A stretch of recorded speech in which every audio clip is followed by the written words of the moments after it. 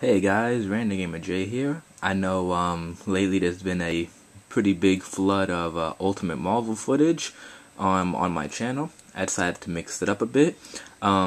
This was a choice that I made. I was gonna do this regardless, but funny enough, a friend of mine actually texted me yesterday and was like, I'm sick of all the Marvel footage. Where's Skyward Sword? I know you got that game. You know, put some footage of that up. So that's what we're doing today. The Legend of Zelda Skyward Sword for the Wii. Not really an unboxing video, just showing you that I do have the game, obviously, and I will be playing it. And I got the limited edition, which means I got this baby. It's a golden Wiimote, and I was actually scared at first when I saw this online. But I was scared that maybe it felt like it would start to like chip off or whatever, but I don't know how they did this. But whatever they used on it, I think it's actually pretty good. I don't think it'll chip off anything. As you can see, it's Wii, and underneath that in this little curve it says Wii Motion Plus inside, because this game, the Skyward Sword, actually requires Wii Motion Plus, which for those of you who don't know is like a gyroscope type thing that's inside like the controller, like somewhere around this vicinity. And it allows for like one-to-one action, so if it's like slightly tilted on the screen, the sword will be like slightly tilted and such. And also you have this cool little like Triforce symbol here in the middle, nice crest on it, and that, it feels like it's not gonna chip off, but you know, after, you know, a year or two, who knows, I feel like it could possibly start to come off, but I don't think it will. So I'm definitely gonna say high quality controller, totally worth it. And I was surprised that this controller wasn't actually longer. It's the normal length of like a regular Wiimote, but I thought that the Wii Motion Plus would make it longer, because if you get the Wii Motion Plus extension piece for the original Wiimote, you have to plug it into the bottom here, and it actually is like another inch of like controller to plug in. But so this is actually cool. This means that I can very easily use this for other, you know, Wii games and stuff. And now comes the hard part of this video, which is repositioning my camera back to facing the TV so that we can get started recording the game. So, there we go. And I think we should be good. So let's get started with the game, and I'm going to turn off the lights.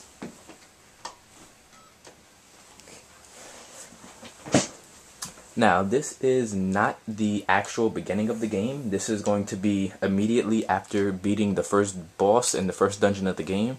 The reason I didn't want to immediately do gameplay footage is because it's a Zelda game, and you know, the newer Zelda games usually have like a good hour to two of, you know, boring. Also, you have to calibrate when you first start the game, so that's not too big a problem. Point in the center of the screen. And I do have to say, that first boss yesterday, he wasn't hard, but he definitely wasn't easy per se.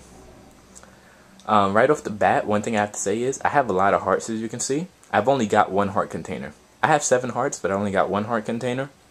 The game actually starts you off with 6 hearts, as opposed to the 3 you usually start off with in every other Zelda game. So that was pretty weird. At this moment, I am currently inside the first dungeon. As you can see, oh wait, alright, here we go. My fairy fee has something to say. Your wallet is full, you will not be able to collect any more rupees than you're currently carrying. I totally needed to know that. So, unmute the game. And the first thing I want to note is, as you can see, get into a, there we go, that's good. As you can see, the motion for the sword is really one-to-one, so I can put it forward, up, and then holding it up, that's how you do your Skyward Sword. And then you can slash, and you get like a wave. Let's see, do that again, you gotta hold it upward, and then, yeah. And you can totally like slash in any direction you want. Straight up, straight down, diagonal. And of course they still have like, you know, the spin slash. And they also have things like front flips and back flips and stuff. However, as you see that circle, that's actually a stamina bar. So you can decrease that by doing the spinning type moves or by running. And when it decreases to 0, for a short period you're exhausted and you can't do anything. But as you see, it quickly recovers, and if you expel most of it, like you just waste most of your meter, but you stop before it gets to the end, then it'll recover on its own and you don't have to worry about slowdown. So let's teleport out of the dungeon real quick and actually, you know, get back to the game. Or I guess we can play around in here a little bit. So this is a new weapon that I just got. It's like a beetle thing that you shoot and then you can control it while it's in the air. The controlling, the motions for controlling like flight in this game is actually pretty comfortable, I feel. I just got more money that I can actually use. But you can also use this thing, just as an example, to like fly and pick things up. And if it crashes too much, you lose control of it. So, alright, so it broke and then it comes back. And now I just got some rupees and a heart, which I don't need, but whatever. Let's see. Put that away. Other than that, you have your, you know, your typical map, whatever. You can actually like zoom in and use the controls, and it's like, it's pretty fluid, I feel. When you're in the overworld map, you can actually like set waypoints and stuff, which is cool. If we get out of here, we can look at this stuff, which is like your typical menu. And you have 3 sets of items, so these are like your, items that you would consume or whatever. These are your like weapons and like items of the useful variety, like your slingshot, your beetle, which that's what they call it. It's like the bug that I just showed you. I'm sure your bow and arrow go in here, your bombs, things like that. And then your third thing is dousing, and what that is when you hold C button and you go into like first person mode, there's a circle, and you can use that to actually like point yourself in the right direction towards your target if you're like searching for a person, for instance, like Zelda. Also, if you see here, we have Ancient Tablet. We're going to actually get into that when we go back to our hometown. And let's see, what else do we have?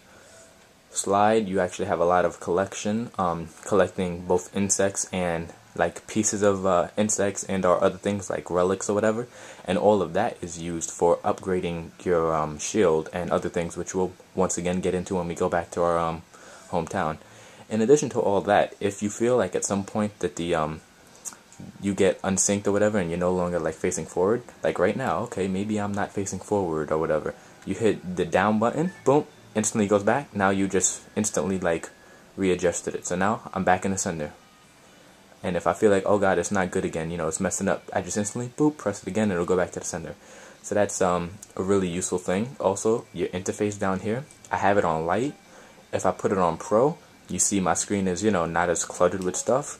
And if I put it on standard, then you see like the outline of the controller and whatever. Basically, so you know where you should be on the controller, but since I'm not a complete idiot, I know what the controller shaped like. I leave it on light, so I just see the buttons on the right side, just so, you know, I'm never completely lost, even though I'm not gonna ever be. It just, I feel like the screen is too empty. So, other than that, I think we're good here. I think it's time to teleport on out.